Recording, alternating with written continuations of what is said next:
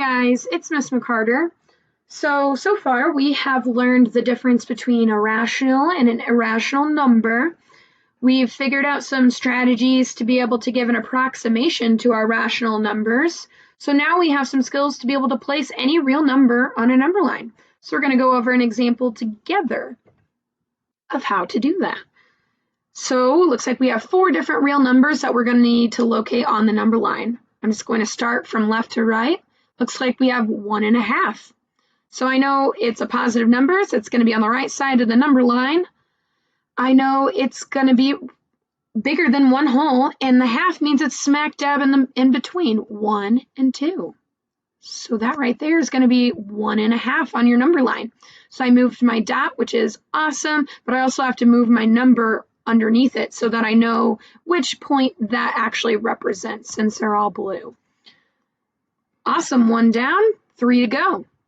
Next we have negative pi. So remember, pi is that tricky one that you just have to memorize what that is equal to.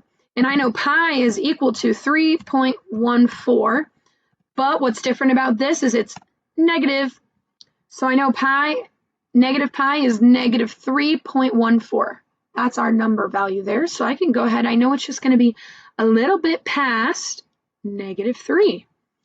Again, I have to actually move my negative pi over there so I know which dot this represents. Awesome. Okay, 2 more to go. Next, I have square root of 6. Ooh, that's one of those irrational numbers that's hard to know what it exactly equals, right? So we got to give it an approximation if we're not using a calculator. So this is where I have to go back and think of my math facts. So I know 1 times 1 is 1.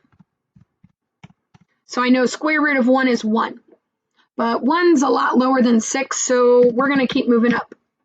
What is 2 times 2? I know that equals 4. So that means the square root of 4 is 2.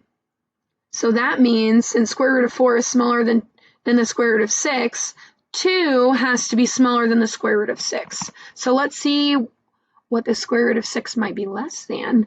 If it's bigger than 2, let's check our next multiplication fact. What's 3 times 3? I know is 9. Square root of 9 is bigger than the square root of 6, so I know the number 3 has to be bigger than the square root of 6. Okay, so I know that the square root of 6 is going to be somewhere in between the numbers 2 and 3. So I'm going to take my blue dot and move it. I know it's going to be, like I said, in between 2 and 3. But which number is it going to be closest to? Is it going to be closer to 2, or is it going to be closer to 3? Well, if I look here, is 6 closer to 4, or is it closer to 9?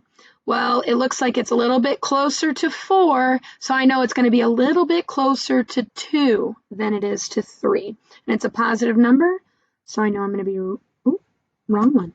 So I know I'm going to be right over here. I said a little bit closer to 2. So I'm going to say approximately right there. Not quite in the middle, but a little bit closer to 2. Awesome. And remember, I have to move the actual square root of 6 so I know which one I'm representing. And then we're on to our very last one, negative 2.75. So obviously I notice that's a negative number, so I know my point's going to have to be on the left side of my screen, or my number line, sorry about that. And I see it's a negative 2. So it's got to be past our negative 2 mark. What's it going to be in between then? Negative 2 and negative 3.75. That's about 3/4. So I know I'm going to go 3/4 of the way in between negative 2 and negative 3. So that's going to be our point for negative 2.75. Okay.